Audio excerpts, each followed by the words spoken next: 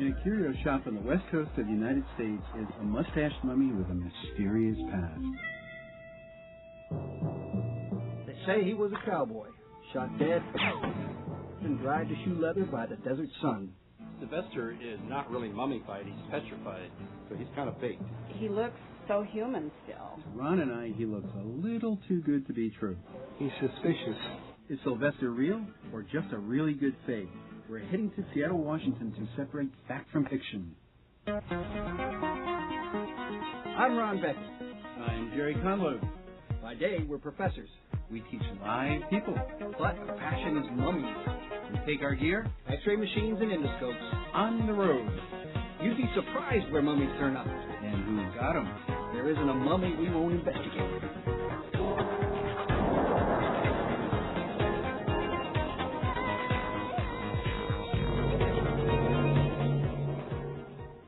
And then right down to the water. If you hit the water, we've gone too far. Oh, and We're looking for a Seattle landmark, a little store with an unusual inventory.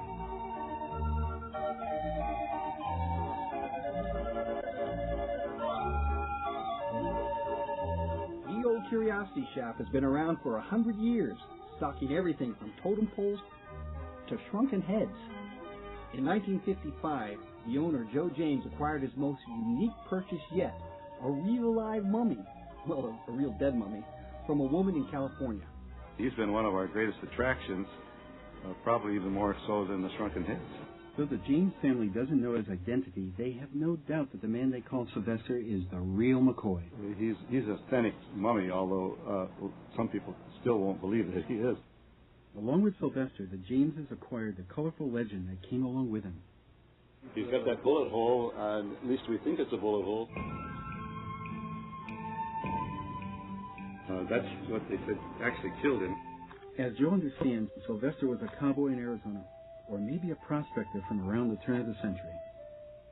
Whoever he was, the story has it that the man with the mustache picked a fight with the wrong guy and ended up face down in the desert with a belly full of lead, dead as a doornail. According to the legend, his body was naturally mummified in the desert, practically overnight. The hot sand and the chemicals in the sand was either shifted or blown over and brought about that condition within 24 hours, which prevented any form of decomposition. Now, there's something about this last part that doesn't add up. I don't know of any desert sand that has any natural preservation. It would have sucked all that moisture. Yeah, that's what it does. It desiccates, it dries, it doesn't preserve. I think a lot of times collectors will embellish on a story because it's going to make the piece more valuable or exciting or sellable. All right. There it is. Oh, check it out. Oh, that looks very curious. Wow, look at this stuff. Ooh. Oh, there he is. He's inside. He's inside. How are you? Hi, I'm Ron Beckett. Joe James, Ron. Joe. Nice Nice to to meet you. meet Thank you, you, Jerry Jerry Conlogue. Jerry, very nice to meet you. The old curiosity shop has always been a family business. Today there's Joe James, whose grandfather opened the shop in 1899. Joe's son Andy James and Andy's wife Tammy. The star attraction first piqued Jerry's curiosity 20 years ago when he was passing through the Pacific Northwest on a road trip. 2 decades later, the Jameses have taken us up on our offer to study their mummy and try to unlock the secrets of his lifelike appearance. His ears are remarkable. Remarkably preserved. That's pretty unusual. That's not the only thing that's unusual. There are bumps along his eyebrows, coming down his jawbone. Jerry, do you know what can give these kind of I don't know. nodular effects?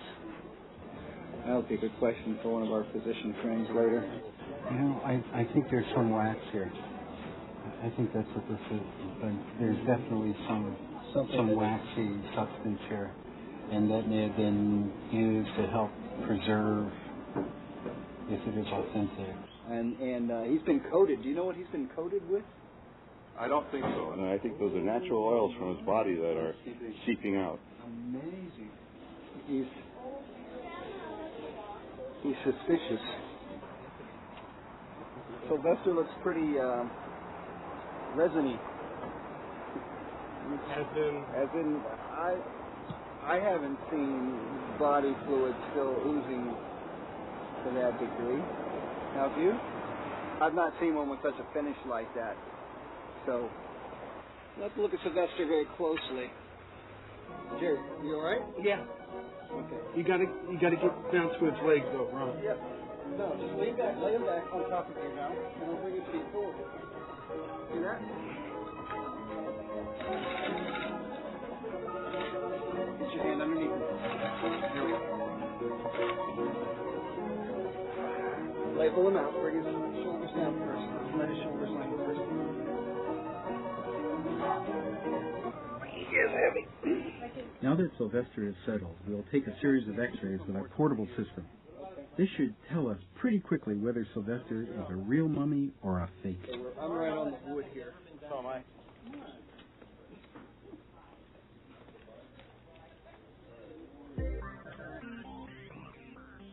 I think it's really an exciting time to get the first x-ray. For many reasons. First of all, if it works, we get to see what's inside.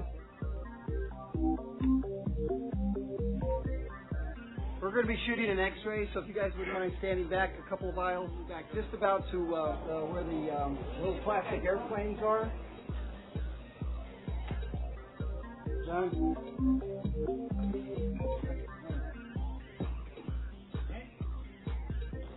So the first picture Joey took was on Polaroid. So and that way we don't need to go into the dark room and all the rest of that, so we can get kind of a quick look.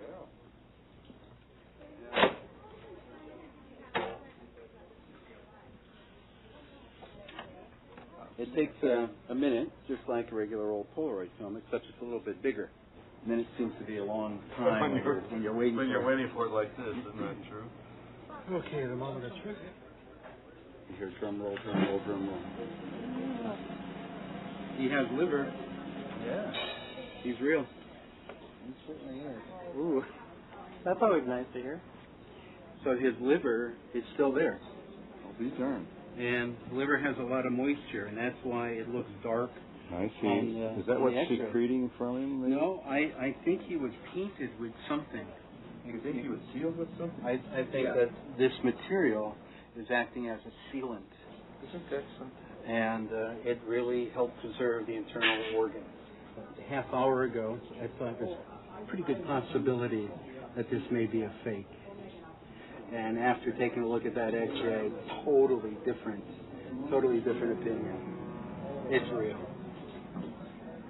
Well, he's real, but he's no desert mummy. It's pretty clear Sylvester was artificially preserved. His liver and probably his other internal organs are full of moisture. And frankly, the man just doesn't look sun-dried. Jerry and I have examined our share of desert mummies, and they tend to look a lot more like this woman, found in the Atacama Desert in Peru. Her skin is brittle, dry, and dusty. Sylvester, on the other hand, is shiny, like a well-varnished coffee table. I liked his mystery story that he was found in the desert, and if in truth he was shellacked or he had been embalmed, that is a completely different story. It looks like Sylvester's legend may be falling apart. It may not be the story that James is wanting to hear, but embalming makes a lot of sense when you consider Sylvester's earlier career. Before he ended up at E.O. Curiosity Shop, our cowboy spent several decades with a traveling circus. Back then, people couldn't get enough of human oddities. Sideshow mummies ranked up there with the Fat Lady and the Sword Swallowers. Sylvester was prepared so that he could go on the road and not fall apart in between whistle stops. Sylvester was mummified to make a buck. This was the condition that he was in when we got him. Well, it was 46 years ago, and he hasn't changed an awful lot. But the fact that if this helps to preserve him, it might be worth it. Now that Sylvester's status as a desert mummy is in doubt, Joe hopes we can verify at least part of the legend. But I'd feel better if we could find that bullet inside his body somewhere. We're going to take a second film. We'll put the paper clip In the bullet right hole? over the bullet hole.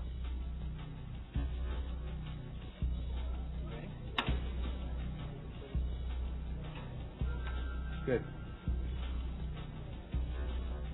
Okay, so there's the hole, and the hole is right under the paper clip. So I'm not seeing anything there. You might expect to see blood in it where blood was in that area. you may expect to see some changes, and I just don't see anything right now. Is there a possibility that the bullet hole isn't real? It could be that, you know, it was manufactured. We are getting a few more questions answered, but I am hesitant to know if I'm liking the answers we're getting. Well, you always like to get at the truth, you know. You want the truth. Though the preliminary Polaroids have given us a lot of information, they haven't shed light on the cause of death. But we still have plenty of tricks up our sleeves. I would rather take one long X-ray, the 14 by 36 X-ray, get as much of his chest and abdomen and skull on, bring the film to the hospital, develop it, and then we can kind of plan our strategy. Jerry's now using a larger format film to get more information on a single X-ray. But to analyze the images, we'll have to take them to the Virginia Mason Medical Center. Hi, Jerry Conlon. I'm Ron Beckett. Hi. Thanks so much for having us. Sure. Radiologist Lucy Glenn has offered the hospital's facilities and her expertise. Let's go this way then. All right.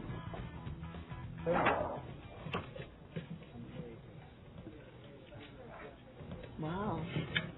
Yeah. Oh yeah, definite liver. Mhm. And maybe diaphragm? Mhm. Yeah. And a bullet. Yep. I'll be there. That's a bullet fragment right there. That's right. Look at that. That's what we were hoping to find. Well, Sylvester's legend has some truth to it after all.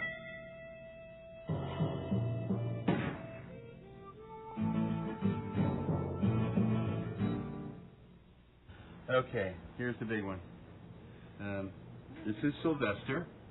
And again, the film's a little bit light, but we wanted to see his lungs and see the soft tissue. But right up in this corner is the bullet. Yay! Oh my God! Wow! You can see it's right there. Yeah, it's kind of sideways. I see. So even though the hole is in this area, bullets sometimes do really strange things, and it traveled up to just about there on the collarbone. Maybe he was on a horse and somebody shot him from below. It's a great story, and it proves a lot of the things that we thought were true over the years, and it'll shoot down a lot of these people that thought he was a fake, you know. Sylvester's clearly no fake, but with such an unusual mummy, we think he still may have a few mysteries left to solve. Well, the foot has come a little bit loose here, so we're going to, since it's going to be traveling for a cat.